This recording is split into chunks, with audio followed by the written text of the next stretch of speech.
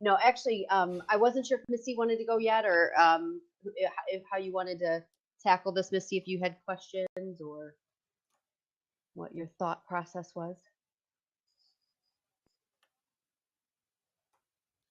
Yeah, I can't hear you either. I don't know we don't usually have audio issues. Usually we I have silenced connection. myself too.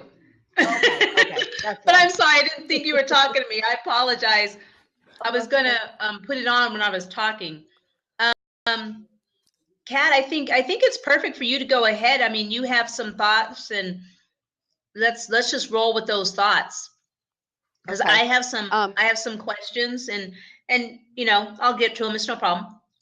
okay. And we can tag team this. This is and Glenn, I want to first of all thank you honestly for being a part of this. I think this is I've been so excited about this all week. I think that for us to be able to help people in this way, this is something that I do all the time anyway, but to use this platform, I think is fantastic.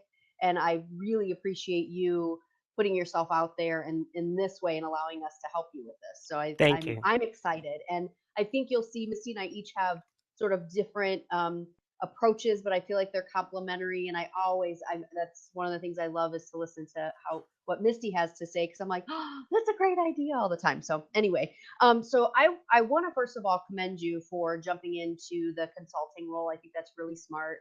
And it's funny, we were all cracking up. I don't know if you saw when you mentioned how it is like dating, and we've talked about that before. How interviewing is like dating, and I hadn't thought of it in terms of how there are always these jobs when you don't need them or don't want them, and then when you're ready, you think you're ready, they're not there. And that's true too. So that was a different dating analogy that I was always thinking about how the interview is kind of like going on the first date and all of that. And Absolutely. it's Absolutely. it's There's certain things you don't talk about until it's appropriate. right. The more I've thought about it, and I've really considered writing a article on it. The only thing I think you can do that you can't do, uh, the most salient difference that I found is that you can not really call a recruiter too much, but you can definitely call a woman too much, as Yeah. I know from my own personal experience. Yes, you can do that. And you can, yeah, if it's a recruiter, the third party, you can. And that's where, too, Glenn, I'm excited about this because I can help you from the standpoint of working with a recruiter and working with a hiring manager directly. So Hmm. I've been both. And the recruiter, right, you can't call the recruiter too much. They're happy with that engagement. But the hiring manager or an HR manager doesn't want you to stalk. And I that's one of the things when I'm coaching people, I talk to them about sort of the happy medium and how often you can call before you realize, it's just a no go and it's kind of time to move on. But so you're consulting. I was happy to hear about that. You mentioned that you've applied to about 75 positions, and At that least. okay, and that you so what do you think your and I know that you're not that you feel like your resume is strong and your LinkedIn profile, so you're actually getting your foot in the door. How many interviews do you think you've had? Well, I went through I actually forgot I had done this back in April of this past year. Um, and I calculated, I pulled up, I actually was tracking all of this. Good. And I applied 70 different positions as of April of 2014. So almost a year from the date that I started. Uh, and I would say phone screens, probably half of them. Um, Wow. and in-person interviews, I've been on at least 25 in-person interviews, separate companies. And um, the one thing that I didn't mention that really has me questioning some things is that, with few exceptions, all of the interviews that I've gotten and all of the phone calls I've gotten have either been through people finding me on LinkedIn Okay. or from the old-fashioned filling out an application online. I have gotten 2 interviews with people in a network. And when I started this process in, say, March of 2014, I had about 300 contacts in my LinkedIn, and now I'm well over 1,200 or well over 1,800. So I've grown that network. I've participated in a lot of LinkedIn or a lot of networking events here. Uh, I negotiated as part of my severance package the services of right management or as a outplacement, and I've been going to them pretty regularly uh, since August of 2014, and I feel like I'm doing everything, but it still looks awkward. They say you could put lipstick on a pig and it's still a pig. Some suits, as I've described it, sometimes some people just don't look good in certain types of suits, and it doesn't matter how expensive or how you tailor that suit. Some people just don't look good in double-breasted suits, for example.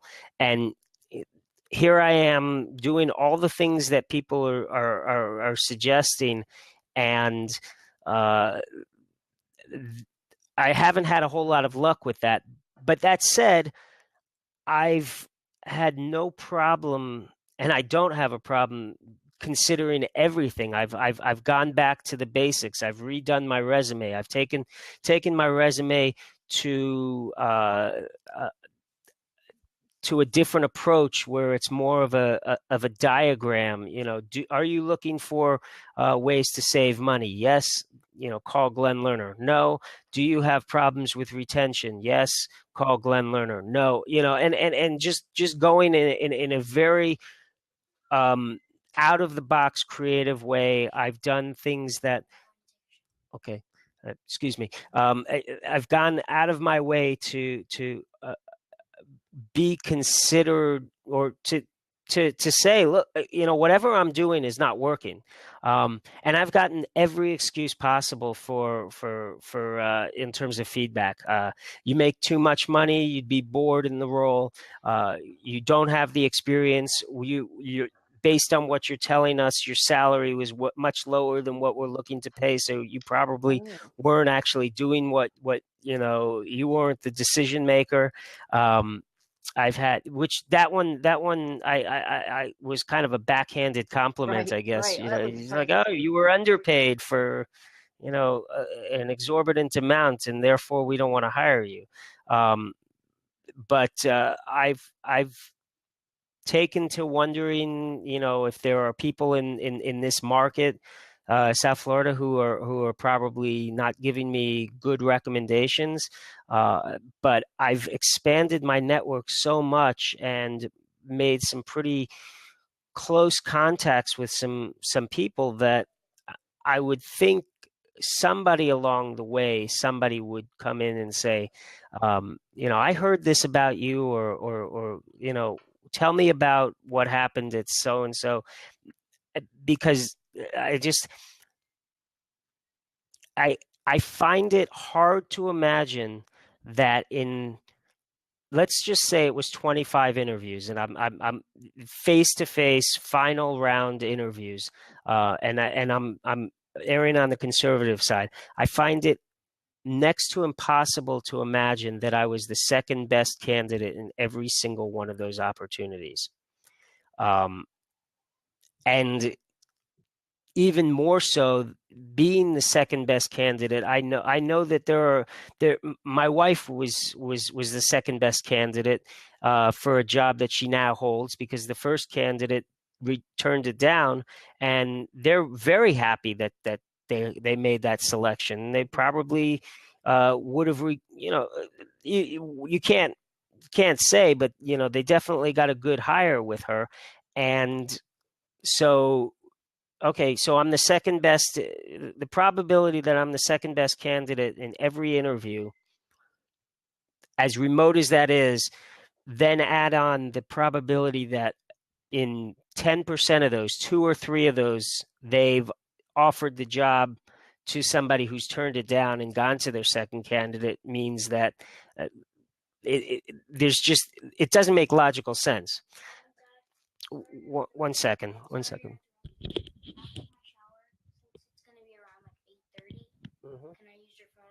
Sure. Yes. Okay. Thank you. I apologize about that. I don't have a dog. I have a child, That's a 10-year. I've got. I was gonna say I've got a 10-year-old boy, and it sounded. Is it boy or girl? It's a boy. Okay. He's a boy. Okay. Yes, It's a yes. boy. Sorry. Yes, he's a boy. Yay! I have one of each. I have one of Okay. each. So, And shop is closed and I'm happy. are you? Did you say you're in South Florida? I am. I am. Do you ever get on Periscope and listen to anyone on Periscope by chance? I do not. I do Well, not. at some point, look up Caleb Maddox. He's a 13-year-old little like phenom. He's amazing. But your son actually sounds like him, and I think they're in Miami. I think Matt Maddox and Caleb Maddox are in Miami. But my son's 10, and he gets a kick out of Caleb Maddox too. But tell your son he sounds like him, and that'll be a huge compliment. He's very we never talk to our kids like they were we talk to them like they were young adults or young people.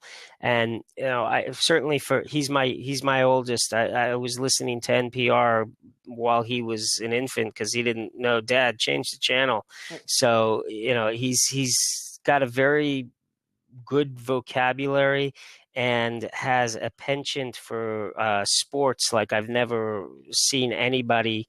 I was telling Stephen that David my son's name is David, will probably take over for Bob Costas when Cool. Bob Costas is ready to retire, because I buy him one football book. We show up at a football stadium, and he's going around a college football stadium, and he's pointing out all the people in the ring of champions, and he said that person plays for that team, and just rattling off stats like nobody's business, and Wow.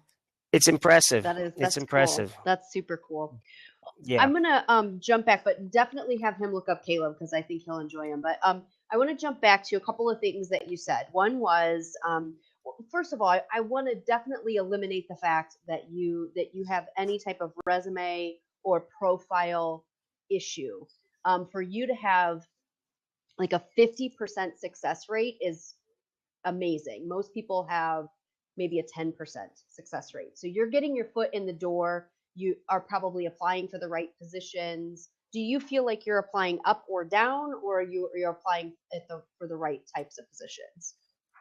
I feel I'm applying for the right types of positions. I have considered lower level positions just because that was what was out there. Right. And I definitely applying for positions that I'm well qualified for. Okay. I think one initial problem that I had was my job title at my last role wasn't really indicative of what I actually did. I was managing $200 million in incentive-based compensation for a global 100 company, and advising the boards of directors, et cetera. And I had an analyst title, and people were having a hard time fathoming the idea how I was doing that all by myself, and not reporting into a director or a manager. So I was fortunate to go back to my employer and ask them, would you mind, since you replaced me with 3 people, one of whom's title is now a manager, would you mind if I take his title? And after I pointed that out, they just, yeah, I guess that's fine. But I have so many. That's really smart. Yeah. I actually had never thought of doing that, so that's a really good idea because it does. People will look at resumes, they give it like 10 seconds, 5 to 10 seconds, and they're going to look at that title. And usually, what I recommend is either being even more generic with the title, but I never thought about actually calling the previous employer. I do want to put your mind at ease as well on sort of feeling like there may be an issue with somebody. It sounds to me, this is what I was hearing, somebody blackballing you. It sounds like that you're worried that maybe, and here's the thing, I will tell you, I have skeletons in my closet. I have issues where with previous employers where if they called them, they probably wouldn't get a good recommendation. But being someone who's in HR, I can tell you that that is almost never the issue. And I've had clients who have had that fear as well. And what I did was actually called because this is what I've done. I'm considering hiring Jane Smith for XYZ position. I just wanted to get, I wanted to call for a reference. She listed you as a reference, blah, blah, blah, blah, blah. And I've done that a couple of times, and they've never given me any negative feedback. In all of the years of references, I've only ever had one bad feedback, one bad reference. And I actually knew the person and hired her anyway because I knew her and I knew she was a good employee. And there was apparently some type of, bad mojo between the two of them. But unless there's something where it's an industry, and I know that every industry, forgive the term, but every industry is, I'll just say tight knit. I won't use the other term, but every industry is very tight knit, and I know that kind of people know each other, but it's really rare that that happens. What is more common is that you go into an interview with a fear that that may happen. And what happens is they will say to you, and one of the questions I would ask people is, and I hated references. I hated to do them because it was a waste of my time, because people weren't going to give me, people were going to give a bad reference, all that kind of stuff.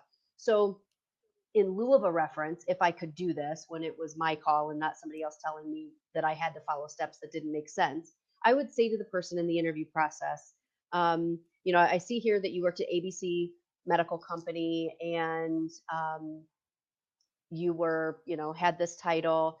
When we call your employer, what kind of things are they going to say about you?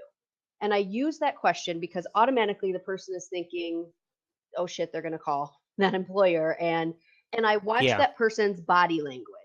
I don't even care what the answer is, because the answer is always going to be, oh, they're going to say good things about me. They're going to say, that I was a good employee. They're going to say I was always on time. They're going to say I got along with others. I'm going to get this canned answer. But what I'm looking for is the facial expression, the body language, the breathing.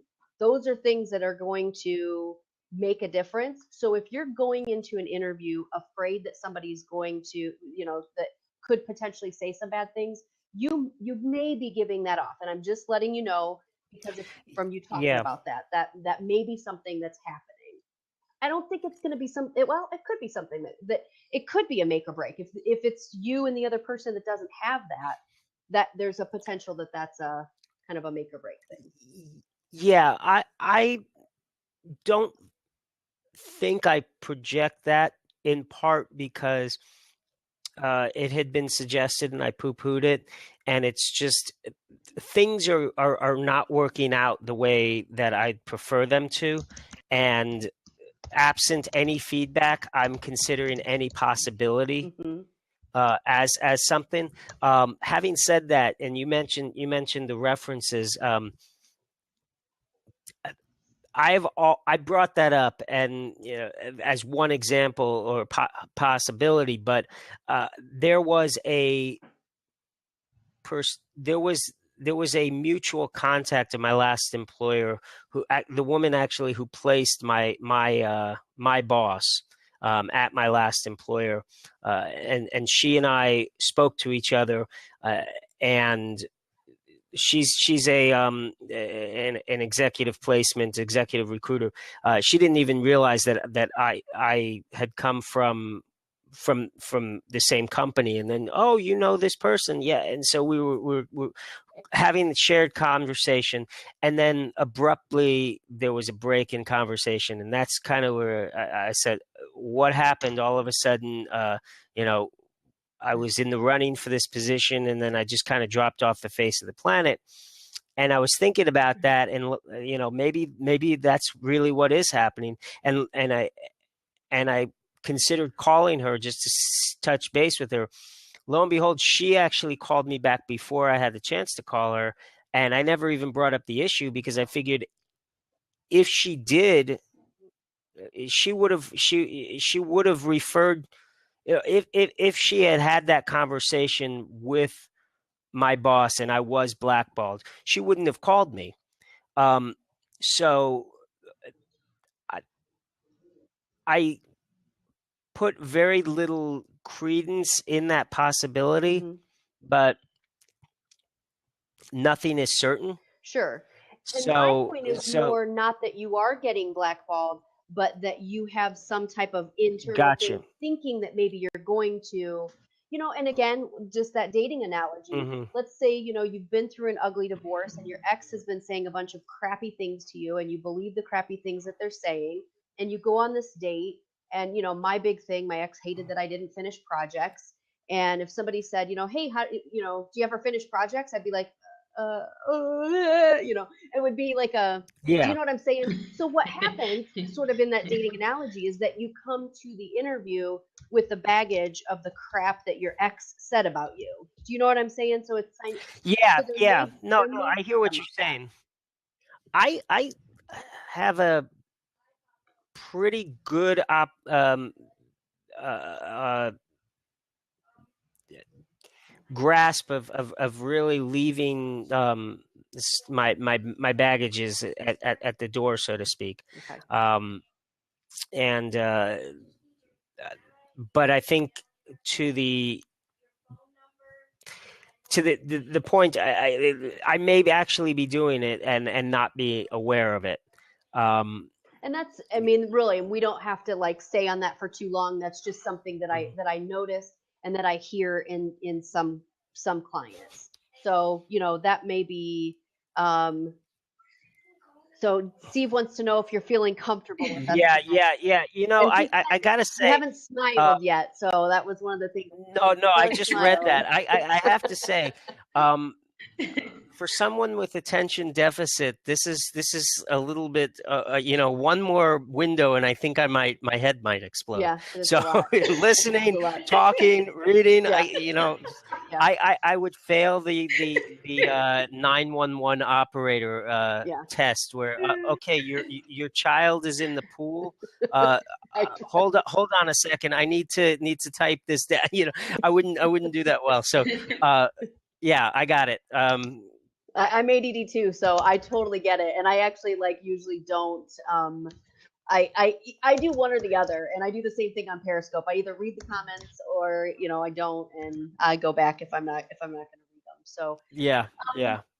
so I think you also mentioned that you did not ask the recruiter, and I think that's one of the most beautiful relationships you can have is that relationship with the recruiter because they are Hmm. going to get the feedback from the hiring manager and they really want you to get the job.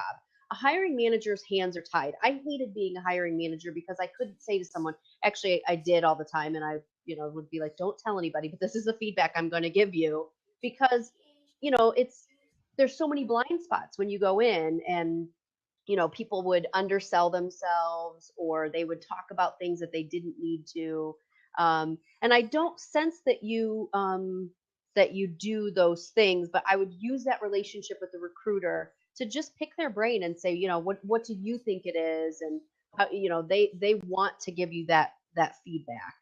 um, and it sounds like it's kind of a mixture of different things that at the end of the day that you're finding it's not there's no common theme, it sounds like.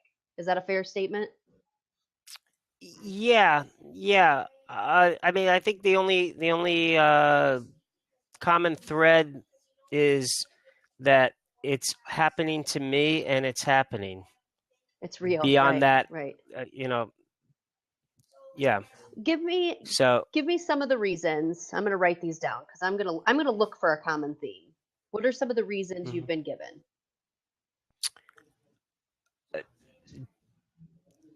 The most of them, the ones that I've made it pretty far in, have been just not a good fit. Okay. And I've pushed back, and I've called people, and uh, I've even listen. I'm not asking you for a second chance. Hmm.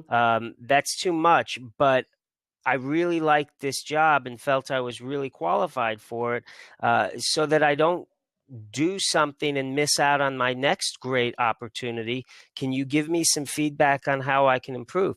And I've yet to receive feedback from those individuals, whether it was the CEO, the CFO, or the hiring managers. And they're not Um, going to. I don't. I think that's you can't bark up that tree. That you won't get anywhere by asking them, because they are putting themselves at legal risk if they give you that information.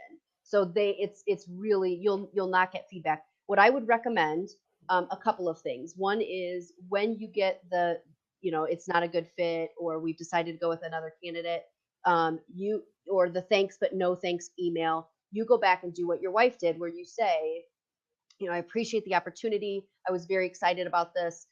However you want to word it and massage it so that it sounds really nice. But basically, what you're saying is, if it doesn't work out with the other candidate, please know that I am still highly interested. I'm going to continue my job search, but keep me in mind if it doesn't work out. And throw in some statistic, like the first 90 days is when, that's most people lose their job, or, they find out that it's not a good fit in the first 90 days. So, keep me in mind. So that is very, very, very few people do that, and do that in a really respectful way. It Being put on the spot as a hiring manager, and that's what happens when somebody says, "Why didn't I get hired?" Oh, I can't tell you. I can't even answer that question legally. I can't tell you the answer. So, I would caution you against even asking them. They're really the only person that you can ask that to is a recruiter, a third party recruiter, and they should be giving you that information. I'm gonna let Misty jump in. yeah, Oh, okay. one of the things that I'm sorry, Misty. And I've thought about that. I'm not expecting them to break a civil rights violation or hiring act and an equal opportunity thing, but being negative, perhaps, or being overly verbose are not legally protected activities. And therefore, somebody saying something like that, maybe just work on your technique, or your answers need to be a little bit more concise. That is not violating any law. And No, and but and but and HR has beat it into them. Don't answer those kind of questions. I but mean, the irony is I'm interviewing with HR people. I mean, like, I asked the head of HR, what can I and do they're not to going to tell improve you. myself? They're not And going to. They just aren't. I mean, that it's just. And I know that's frustrating, and it's why I never liked being in that position of a hiring man. It's, well, one of the reasons I didn't like it, but yeah, it's just not. I mean, and we can talk about it all day long, and that's not going to change. You're just not going to get good feedback from that. So, um, but I want to hear what Misty has to say, and then I yeah, have a yeah, couple more I'm sorry. thoughts. You Yes. guys, can you hear me Yes. okay? Yeah. Can you hear me Yep. okay? Yep. You can? Okay. So one of the things I was wondering, Glenn, is, when you're interviewing, do you like, no, I like notice when I'm interviewing when I lose them. Do you notice I when you're used losing them to. what topic I matter well, was? So, I'm sorry. I'm sorry. and I, because I I'm have a a few. little bit more aware of that type of thing, but uh, it's not as I don't see it as much. I worked with a coach a lot. She talks about the power of silence, power of three, and so I've worked on trying to condense my answers and and work a lot more concise so that that doesn't happen. But maybe I'm so focused at times on answering the question or whatnot, that I'm overlooking some things, and you know, there I can juggle 3 balls but not 4, and you know, so but that is a possibility that I'm not aware of it. Um, so Well, I mean, I'm not saying you're not aware. I think you probably,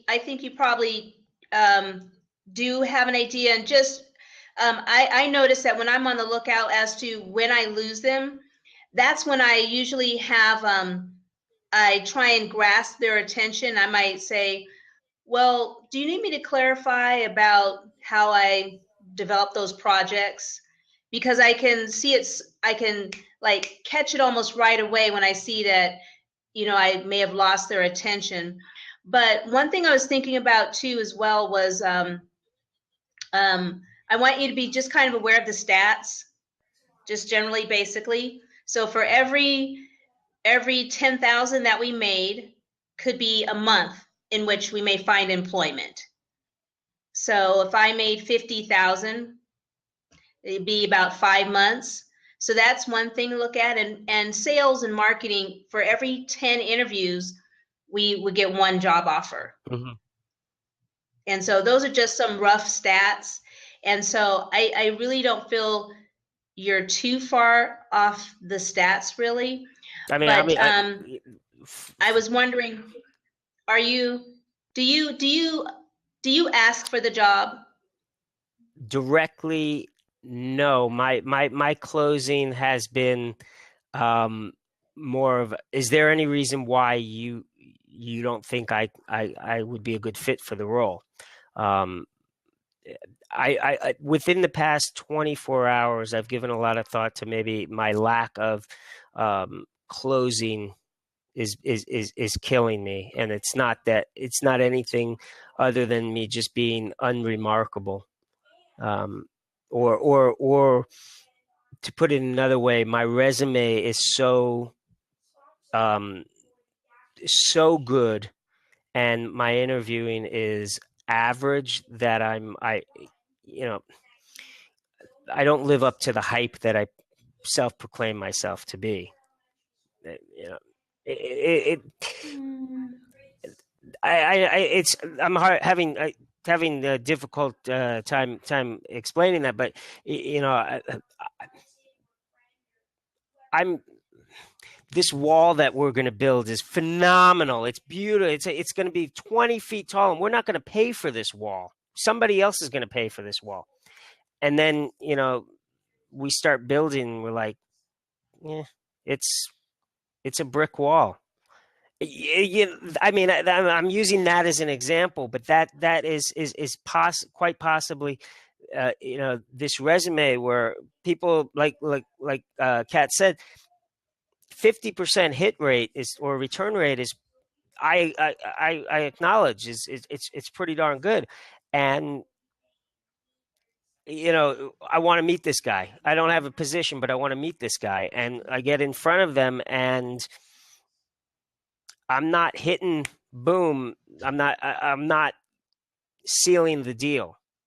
So yeah, maybe I mean, are you suggesting that you just come right out and say, okay, what do I need to do to get this job? I suggest that people, whatever your personality is, I want to be honest that there's 2 schools of thought about asking for the job, and that you should not. Some people say you should not ask for the job, if that is too aggressive. I think it's all in how you say it. And so personally myself, I'm subtle.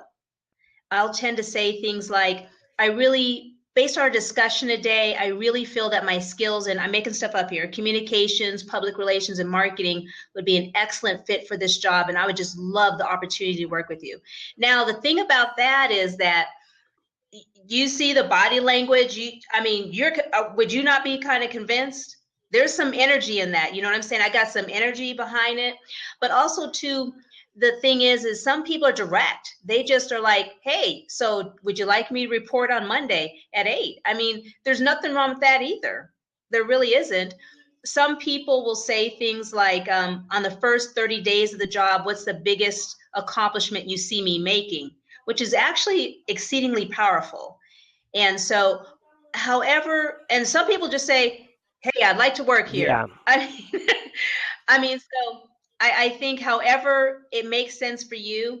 And I know this may sound really weird, Glenn, but when it, if you can be in front of a mirror and looking yourself right in the eye and ask for the job, as well as say your personal commercial. You know what I'm Yeah. talking about Yeah. when I say personal commercial? So I need you to look right yourself right dead in the face when you say these things. And I really believe those could be some key things. And you're sending a thank you letters and Yes. all that sort of Yes. stuff, right? Yeah. Thank you Okay. letters, and as well as thank you emails if I have the email. But yeah. And Steven's given me some feedback on my thank you letters. I just happen to have quite a number of them before I make the change. But um, yeah, I'm doing everything, and uh, I am constantly, my wife and I are constantly asking each other the same question: how is it that all of this, and it's seemingly destined to be unemployed for life? And No, you in, aren't. in reality, I know that that's not the Right, but it case. feels like it. But your your reality tends to be what you is most immediate, and if you're constantly getting um, a door slammed in your face, you continue to push on and push on, but you start it starts wearing you down, and you're like, all I need is one victory, all I need is one, this one's going to be it, I got it, and somehow I snatch defeat from the jaws of victory, or that's what it seems like. And you know, all the positive talk that you could possibly give yourself um is done there, but we don't get that feedback, and I don't know what is going wrong, what is happening. And it's why,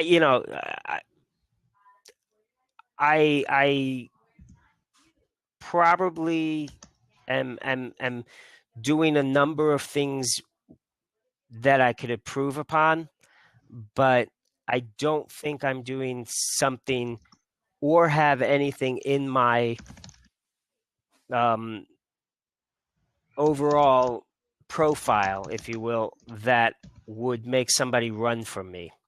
I don't have a criminal conviction, and I find amazing that there are people with criminal convictions who find their way back into the very same job they got convicted of. And here I am without having that. So, uh, you know, it's there are, maybe it isn't what I'm doing, one single thing. Maybe it's I'm reading people and I'm reading them incorrectly, and they're leaning forward because I'm not talking loud enough, and I'm thinking they're interested in me. As an example, I don't know what it is. Well, a couple of things. One, I want to say, when sort of what you were talking about when you were working with a coach and they said they were talking about the power of silence and the power of three and those types of things. I highly recommend that. A lot of times, as a hiring manager or a recruiter, um, I don't love this technique because it makes me uncomfortable too, but just to be quiet, and then the person just starts rambling with information, and they always, they tell. I always said I was the Barbara Walters of interviewing, of job interviewing, because I had people in my office, coming for a job, and they'd be crying because they're telling me their whole life story. But Hmm. so the one thing, when people tend to do that, the advice that I give them, and it's sort of along the lines of what Misty said, is to, answer that question very concisely and then say, this is to stop yourself. This isn't really for them. This is more for you. Did that answer Mhm. your question? And then you pause, and that way that's sort of forcing them to engage. And I like Yeah. what Missy was saying, like pay attention to their body language, so that if you do see that you're starting to lose them, that you can sort of just stop yourself and say, did that answer your question? Because I had a client that was very much that way, and he loved that, and he said that technique worked really, really well for him. um, and then for asking for the job, the same type of thing. I was thinking what Missy was saying was to make it um, comfortable for you. If it's a salesperson, you better get in there and ask for that job. You better get in there and say, I'm ready to start on when do I start? I'm wearing this, I'll be here. You know what I mean? Like, you're really closing the deal. I don't know that I expect somebody in, comp and benefits to seal the deal in that way, but to say I'm highly interested, what do we need to do to make this happen? I think those would be, those are two things that I'm gathering from this. But I have to tell you, I honestly, I think you're in your head too much. I'm just going to be really, this is what I do. I get really candid, and I think you have not just an awesome resume. You can't have an awesome resume without having an awesome background. You can't. So I think what you need to do, this is my advice, is before you go in, just look over your resume, but get to those feelings of when you were feeling very accomplished. What I recommend people do is look at 3 peak moments in your life that you Mhm. felt very, very accomplished. For me, it was when I was working as an HR manager. I was for the startup, but it was a startup that was growing very, very quickly. So I was developing policies and procedures. I was working on the corporate culture. I had my hands in everything, and I felt so like just, oh, I could do anything. And when I can harness the energy of how I felt then to how I felt after I lost 3 jobs in 3 years, that's a very different Kat that you're going to get. When you get the Kat that was an HR manager who just made shit happen when I wanted to make it happen, to the Kat who got fired for, you know what I mean? Like, got downsized, got pretty much downsized, and then pretty much got fired. Like, those were like that. I was so defeated that that's when I went in to business for myself. But it was because I don't know what I would have done in an interview. I mean, I think I would have been the one crying. So I think getting out of your own head, but in your head in a different way. Do you know what I'm saying? Like, kind of that anchor, and I've got Mhm. it. And